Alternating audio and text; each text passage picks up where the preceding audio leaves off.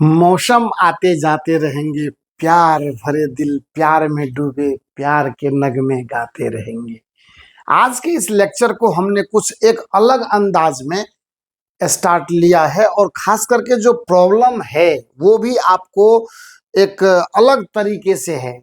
तो वेक्टर में जैसे जैसे अब हम लोग आगे बढ़ रहे हैं वैसे वैसे चैप्टर अपने स्ट्रेंथ को मजबूत करता चला जा रहा है और इस खास लेक्चर में हम लोग आज दो ऐसे प्रॉब्लम से मुलाकात करने वाले हैं जो प्रॉब्लम अपने आप में एक मतलब जेन्युइन कॉन्सेप्ट लेकर के और डीप कॉन्सेप्ट लेकर के है।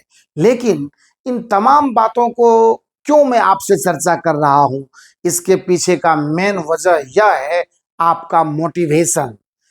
मोटिवेशन क्योंकि इंसान खुद ही अपने ही एनर्जी से हर कुछ करता है लाइफ में, पर उसको इंस्पायर करना, उसको इंड्यूस करना, प्रेरित करना, इसी को मोटिवेशन कहा जाता है।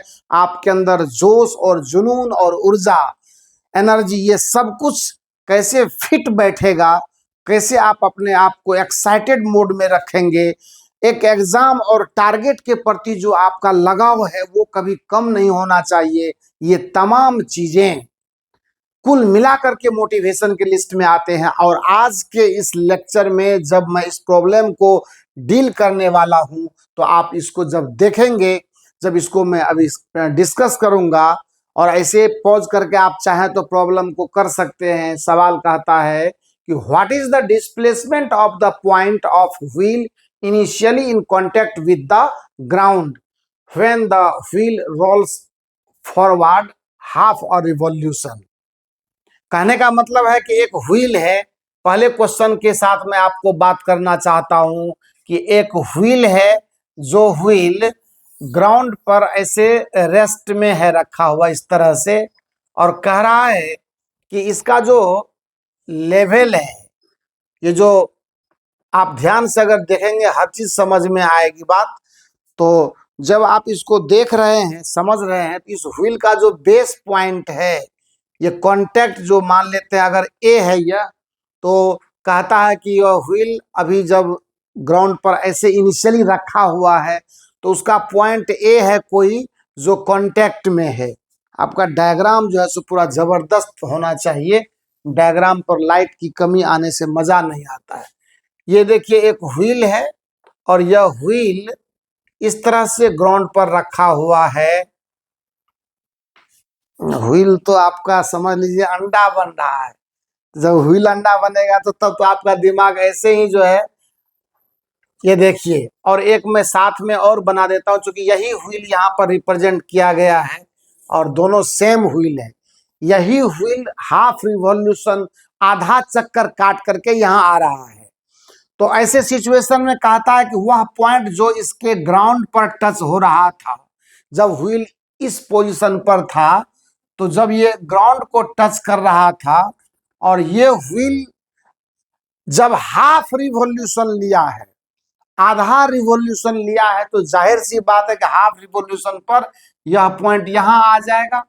वो तो बिल्कुल आना ही आना है, क्योंकि जब कंप्लीट राउंड लेगा, एक चक्कर जब पूरा काटेगा, तो यह पॉइंट ए फिर से यहां पर ग्राउंड के कांटेक्ट में आ जाएगा। लेकिन ये अभी आधा ही घूमा है, तो कह रहा है कि ऐसे सिचुएशन में इस पॉइंट ऑफ कांटेक्ट का जो डिस्प्लेसमेंट है वो आपको कैलकुलेट करना है।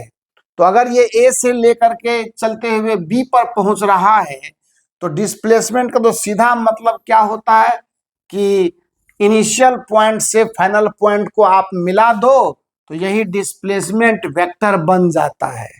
मतलब सवाल का जो थीम है वो मैंने आपको समझा दिया है कि सवाल कहता है कि एक पहिया है जिसका कोई पॉइंट जो कांटेक्ट में रहना ही है, और जब ये रोल करके आगे बढ़ता है तो आधा रिवॉल्यूशन, जब आधा चक्कर रोलिंग लेता है ये, तो कहता है कि इसका जो पॉइंट है वह पॉइंट जहां भी है वो खुद ही जज करना है, तो उसका डिस्प्लेसमेंट कितना होएगा।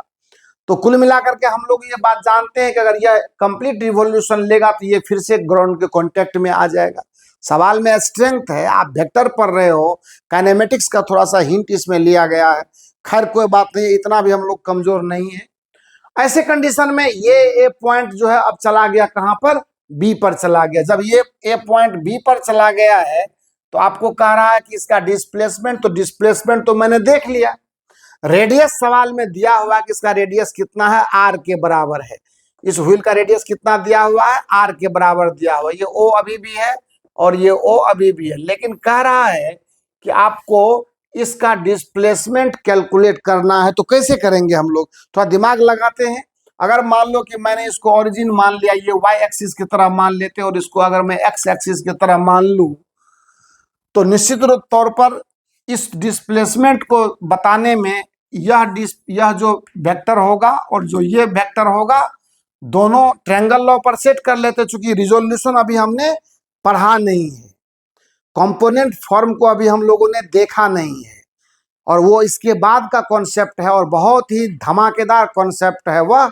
तो इस बात को कभी ये सेकेंडरी नहीं लेकर के काम करना है। क्या होगा, ऐसे कंडीशन में मान लेते ए बी सी कह देते हैं इसको, और अब देखिए ए बी सी जो ट्रायंगल है, triangle A B C, in triangle A B C क्या होने वाला है, तो आप देखें ये वेक्टर और ये वेक्टर को मैं अगर ऐड करूंगा तो ये वेक्टर रिजल्टेंट मिलेगा। ये हो गई बात नंबर 1। और बात नंबर 2 कि इस वेक्टर के और इस वेक्टर के बीच का एंगल जो वो कितना है, 90 डिग्री है। सारी बातें क्लियर हैं।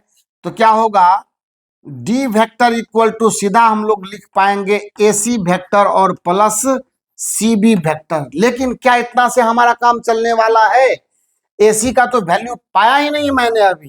तो ये जो डिस्प्लेसमेंट होगा वो कितने के बराबर होगा, आपको अगर ध्यान में आता है तो मैं बता सकता हूं कि ये पाई आर होगा।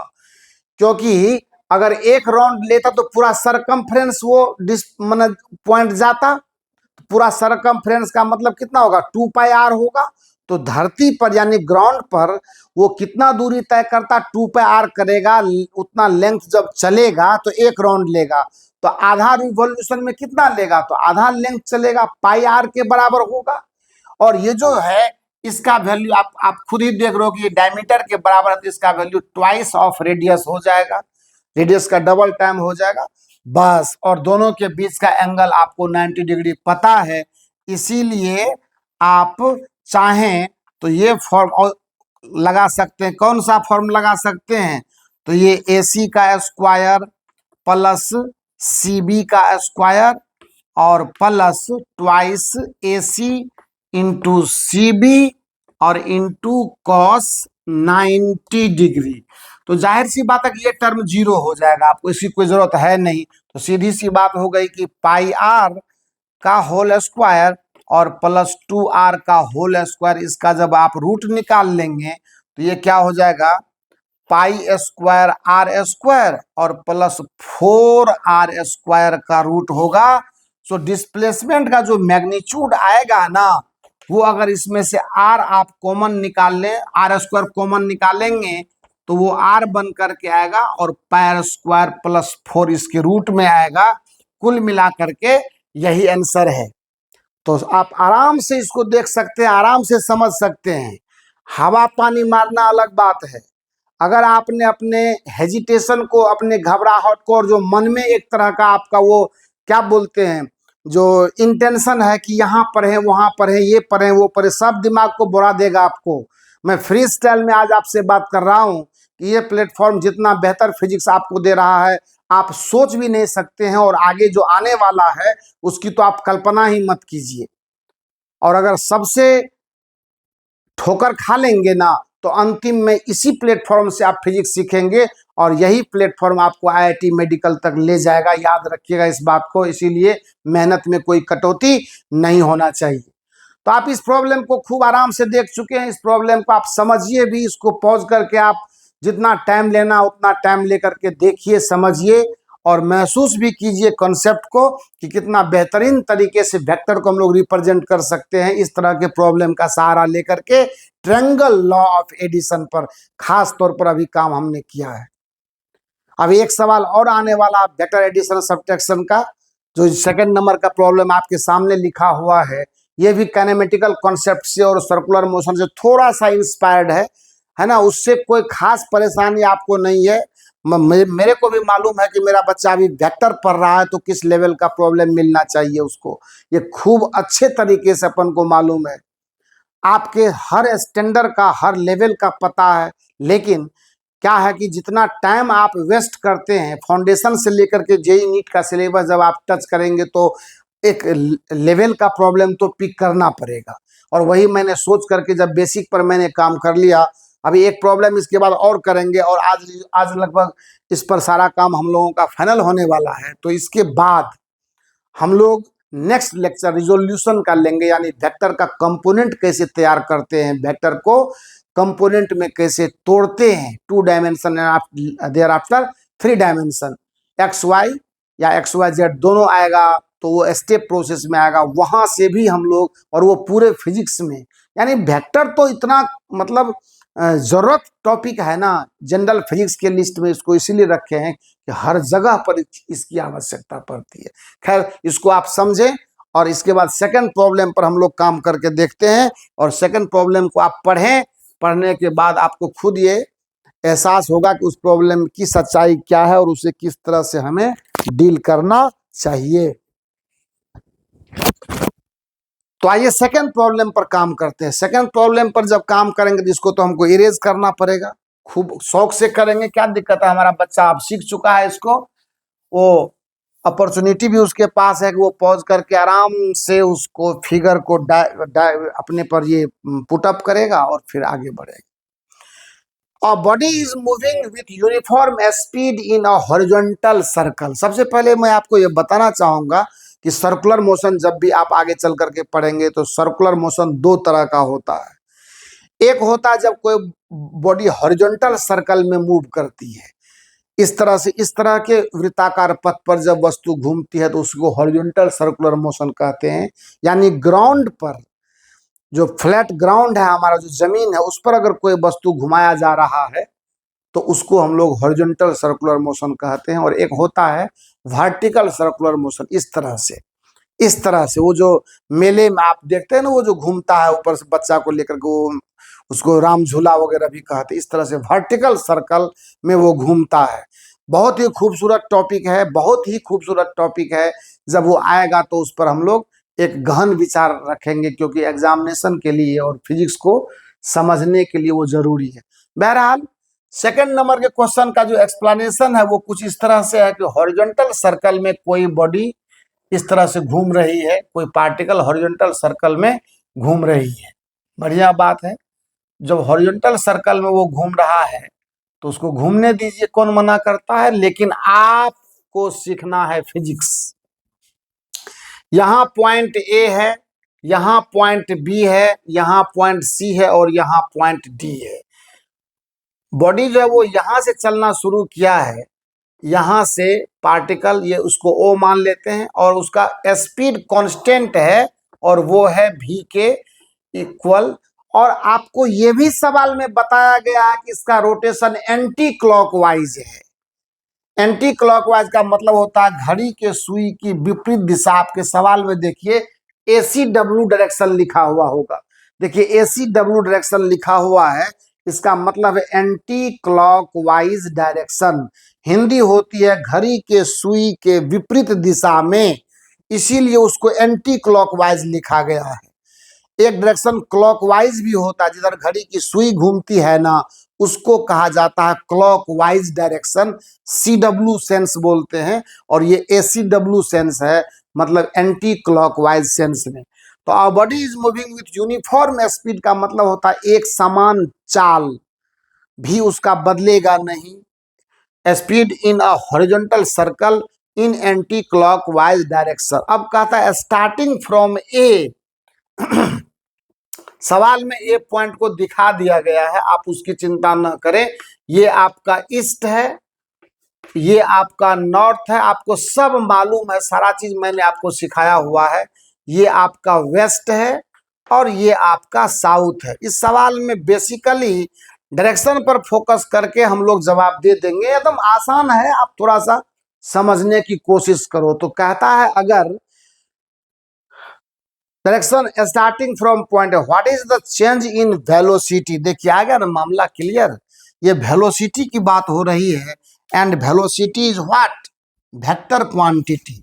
स्पीड कांस्टेंट है पर वेलोसिटी चेंज करेगा। वेलोसिटी वेक्टर इसीलिए है कि वेलोसिटी में मैग्नीट्यूड के साथ साथ डायरेक्शन है। ओनली अगर मैग्नीट्यूड है तो वो स्पीड है, जो आप सवाल ने लिख ही दिया, कांस्टेंट स्पीड, और we can say uniform speed भी, तो भी कांस्टेंट है। पर वेलोसिटी को चेंज इसीलिए होना है कि डायरेक्शन चेंज कर रहा है उस पार्टिकल का। तो सपोज कीजिए ए से चलना शुरू किया, तो इनिशियल वेलोसिटी तो नॉर्थ डायरेक्शन में इसका स्टार्ट हुआ, देखिए इधर है ना, तो नॉर्थ की तरफ है। कहता है कि जब ये आधा चक्कर काटता है, तो पहला केस ए में हाफ रिवॉल्यूशन पर आपको निकालना है चेंज इन वेलोसिटी, वेग में परिवर्तन, क्योंकि स्पीड का चेंज 0 है, वो कांस्टेंट है, तो उसमें कोई चेंज आने की संभावना नहीं है। तो वेलोसिटी का चेंज निकालना है। पहले कंडीशन में हाफ रिवॉल्यूशन पर अगर आप चर्चा करो तो बहुत अच्छे तरह से समझ लो कि हमेशा चेंज का मतलब होता है, चेंज इन वेलोसिटी का मतलब होता है final velocity minus initial velocity. याद रखना है, फाइनल माइनस इनिशियल, यानी दोनों वेलोसिटी है, आप समझना है। चेंज इन वेलोसिटी का कोई भी क्वांटिटी है, कोई भी क्वांटिटी आप अगर चेंज वर्ड यूज कर रहे हो, उसका मतलब ही होता है फाइनल माइनस इनिशियल, अंतिम माइनस प्रारंभ, स्टार्ट। तो अब final velocity minus initial velocity की जहां चर्चा करें तो क्या सोचते हैं हम लोग, यहां से देखेंगे। जब आपका पार्टिकल यहां आता, हाफ रिवॉल्यूशन का मतलब यहां से चला, आधा रिवॉल्यूशन का मतलब यहां आया, तो उसकी दिशा हो गई कुछ ऐसी, एकदम हुई कि नहीं हुई। तो फाइनल वेलोसिटी है आपका साउथ डायरेक्शन में। ऐसे तो आपको पता है कि ये आई होता है, इतना तो मैंने बता ही दिया है, ये जे होता है, ये माइनस आई है, और ये माइनस जे है। इतना तो हम लोग ऑपरेट कर ही सकते हैं। डायरेक्शन को यूनिट वेक्टर का नाम देना, ये हमने एकदम बिल्कुल स्टार्ट में ही ऑर्थोगोनल यूनिट वेक्टर से इसको समझा था। तो फाइनल वेलोसिटी आपका किधर, कोई दिमाग नहीं लगाना है, फाइनल वेलोसिटी है आपका भी, और ये किस डायरेक्शन में हुआ, माइनस जे, यानी भी इंटू माइनस जे वेक्टर। और इनिशियल वेलोसिटी किधर की तरफ है, इनिशियल वेलोसिटी इधर की तरफ, तो माइनस भी और इंटू ये किधर की तरफ है, जे वेक्टर।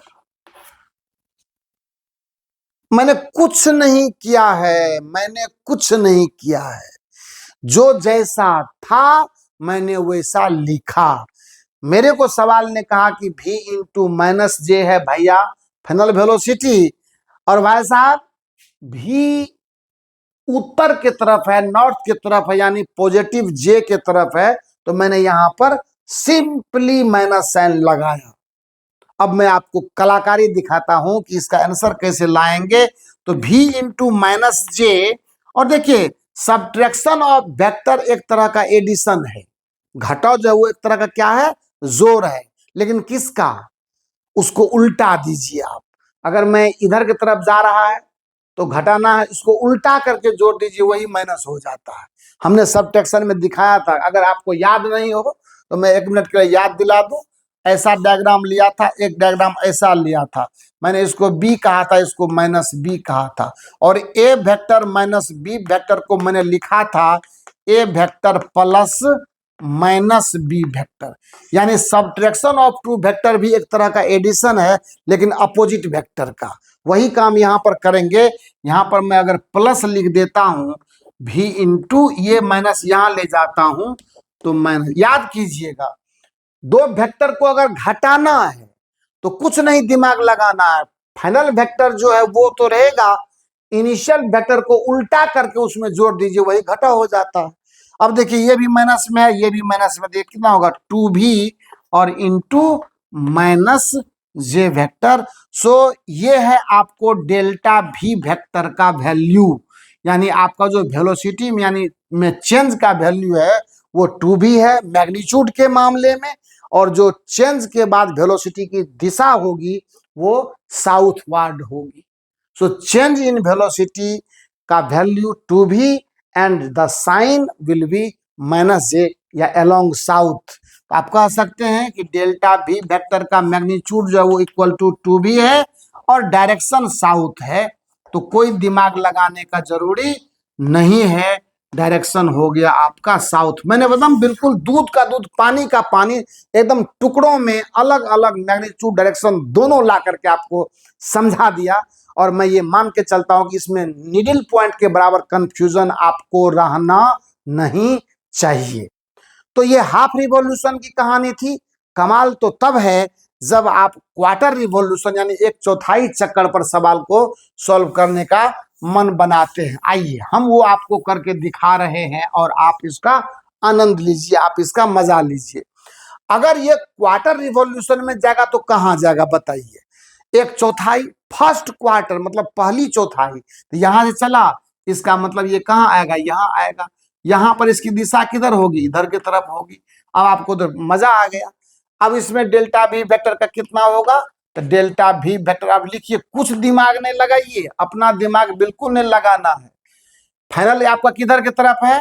तो v इंटू आप माइनस आई लिख दीजिए, है ना। और इनिशियल किधर की तरफ है? देख लीजिए, इधर देखिए, इधर देखिए, जे के तरफ है, तो माइनस v इंटू जे वेक्टर। लेकिन अब तो मामला गड़बड़ा गया। अब क्या करना है? बहुत इंटरटेनिंग सिचुएशन है, बड़ा ही मजेदार स्टेज है अभी सवाल का। आइए इसको समझिए थोड़ा सा। देखिए एकदम सारा चीज आपके हाथ में है।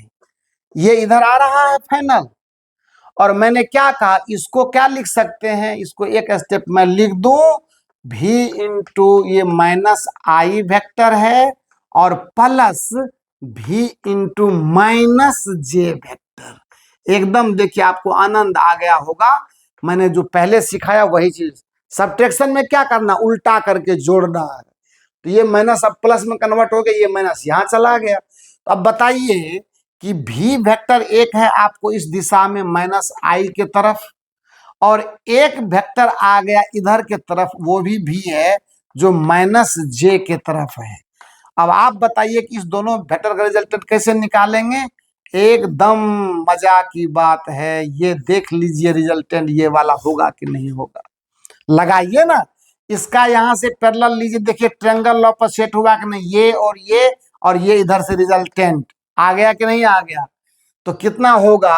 अब दोनों तो वेक्टर 90 डिग्री पर है, दोनों वेक्टर 90 डिग्री पर है, तो डेल्टा v का जो मॉडुलस आएगा वो क्या आएगा? v स्क्वायर और प्लस v स्क्वायर यानी √2v आ जाएगा। और जो डायरेक्शन है वो आपको पता ही है कि ये वेस्ट है और ये क्या है? साउथ है।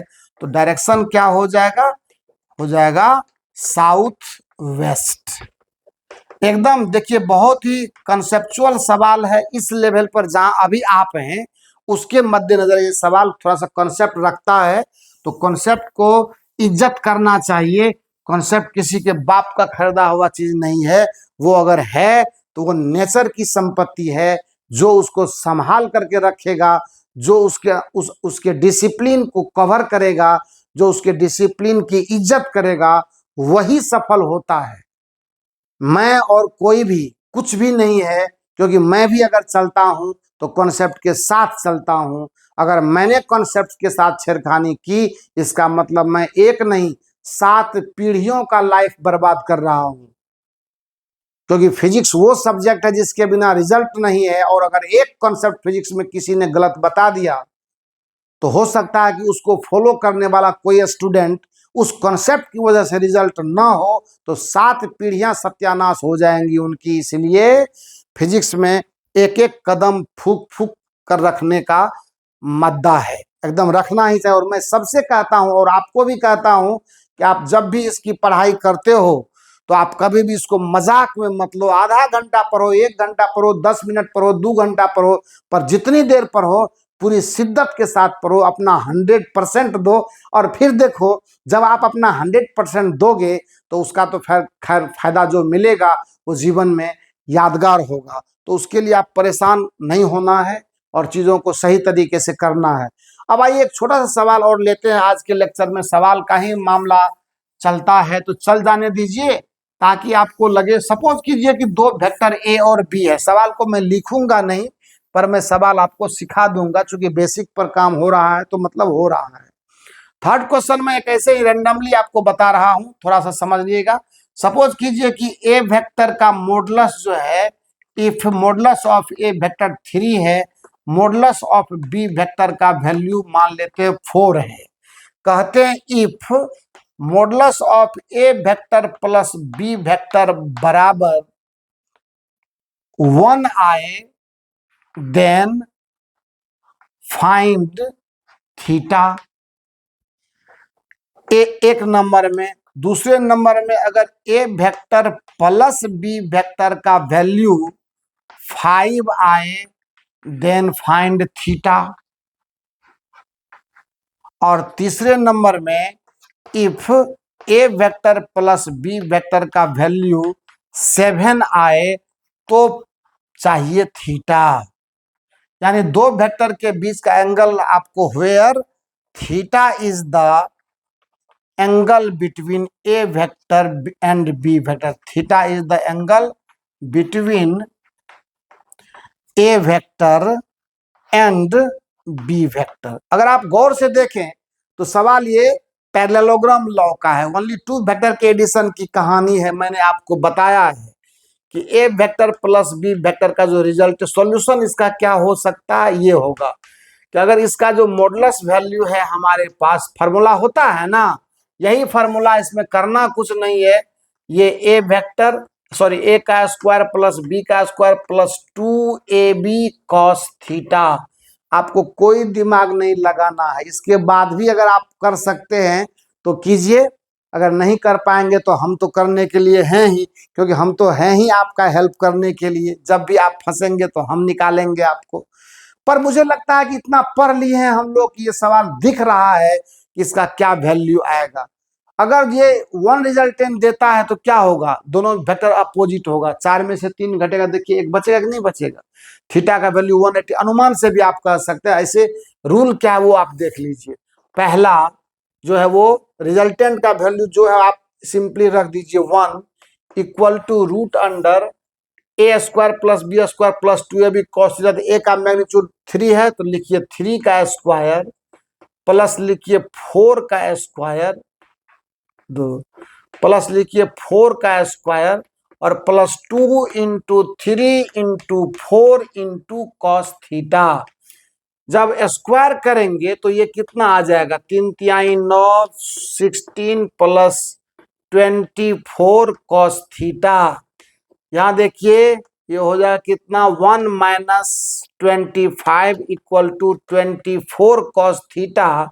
तो यहां से सॉल्व करके ये -24, देखिए हम लोगों ने कुछ नहीं किया, सवाल का आंसर आने लगा है।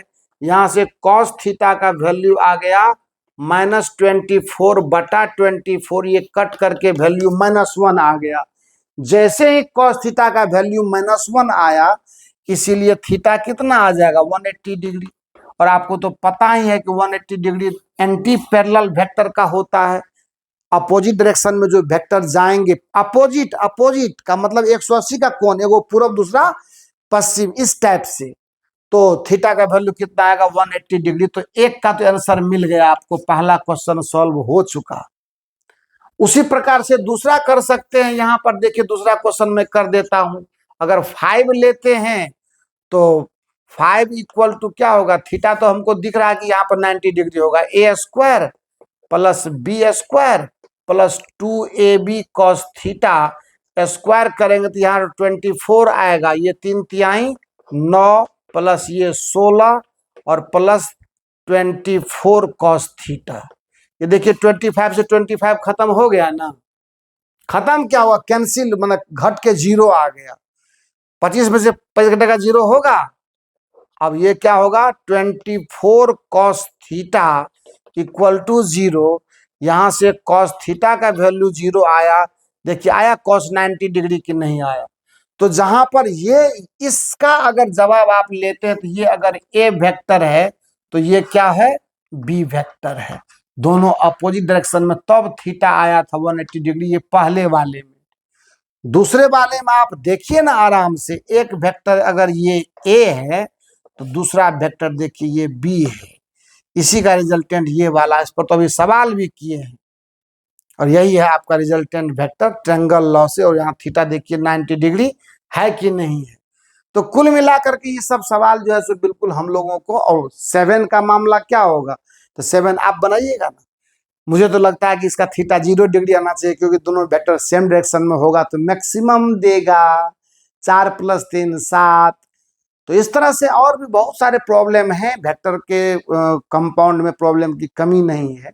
इसके क्षेत्र में बहुत सारे हैं, पर आप पहले बेसिक को सीखिए, प्रॉब्लम की कोई कमी नहीं है। तब तक हम आपको पीडीएफ वगैरह भी देना शुरू कर देंगे।